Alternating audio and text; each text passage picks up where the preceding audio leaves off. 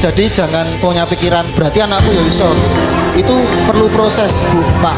Jadi sebagai penari yang bagus, penari sing iso duwe ketubuhan sing siap, itu butuh proses yang lumayan panjang. Kita nggak cuma datang latihan 1-2 jam pulang dolan, minggu depan ke sanggar lagi. Itu bagi saya belum cukup, karena di luar itu mereka harus latihan fisik, latihan rasa, latihan carane karakter. Ini joget ranggur sekedar joget, tapi joget nganggo rasa.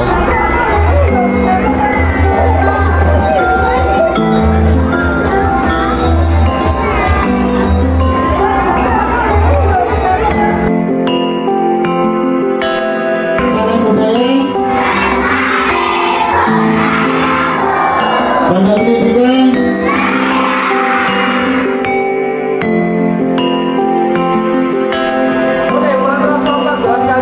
menampilkan lebih dari 300 anak. Wow.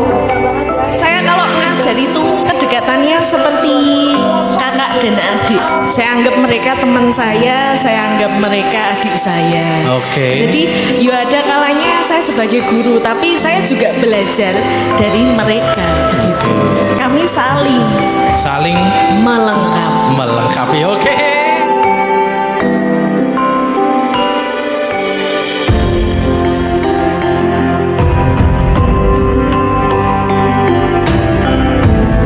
Putri Sanggar Tari Pondok Snedika ingkang taksih semangat ngotenaken pentas evaluasi mulat rasa wonten ing dalem punika.